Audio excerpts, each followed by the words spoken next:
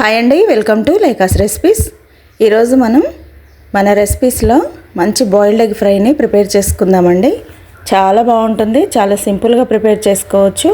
కూరగాయలు లేనప్పుడు మనకి క్విక్గా తయారు చేసుకోవడానికి ఇది బాగా యూజ్ అవుతుంది. ముందుగా నేను ఒక 4 బాయిల్డ్ ఎగ్స్ని 15 మినిట్స్ పాటు ఉడికించాను. ఉడికించిన తర్వాత ఇప్పుడు వీటిని నీట్గా పైపాటు మాత్రమే కట్ చేసుకొని ఇలా ఓపెన్ చేసుకోవాలి. ఎందుకంటే ఎల్లో అనేది ముక్కలుగా కట్ చేయకుండా ఇలా 2 భాగాలుగా కట్ చేసి ఎల్లో తీసేసి వాటిని నిలువుగా కట్ చేసుకోవాలి. ఎందుకంటే ఎల్లో అనేది ముక్కలుగా కట్ చేస్తే మనకి కర్రీ అనేది స్మెల్ వస్తుందన్నమాట. అందుకనే ఇలా మీకు చూపించే విధంగా నిలువుగా కట్ చేసుకొని వైట్ని ఎల్లోని సపరేట్గా చేసుకొని ఒక ప్లేట్లో పెట్టుకొని పక్కకు పెట్టుకున్న తర్వాత ఇప్పుడు కర్రీ కోసం ఒక కడాయి పెట్టుకొని అందులోకి 2.5 టేబుల్ స్పూన్ల ఆయిల్ వేసుకోవాలి. ఆయిల్ వేడెక్కగానే 1/2 టీ స్పూన్ జీలకర్రని వేసుకోవాలి. జీలకర్ర వేసుకోవడం వల్ల టేస్ట్ బాగుంటుందండి. వేసుకున్న తర్వాత ఒక మీడియం సైజ్ ఆనియన్ని సన్నగా కట్ చేసుకొని వేసుకున్న తర్వాత 2 టేబుల్ స్పూన్ల స్ప్రింగ్ ఆనియన్ని వేసుకోవాలి. వైట్ పార్ట్ వేసుకోవాలండి. వేసుకున్న తర్వాత ఒక 2 పచ్చిమిర్చిని సన్నగా తరిగి వేసుకోవాలి. ఇవి కొంచెం కారంగా ఉన్నాయి, అందుకే 2 వేస్తున్నానండి.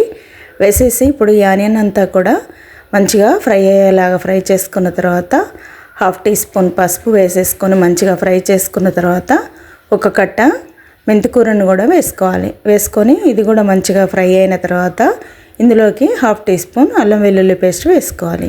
వేసేసుకొని ఆనియన్ అల్లం వెల్లుల్లి పేస్ట్ మొత్తం ఫ్రై అయిపోయిన తర్వాత ఇప్పుడు ఇందులోకి 2 రెమ్మల కరివేపాకును వేసుకోవాలి. వేసేసుకొని ఇవి కూడా కొంచెం చిటపటలాడిన తర్వాత ఇప్పుడు ఇందులోకి మనం తినే స్పైసెస్ని బట్టి కారం వేసుకోవాలి.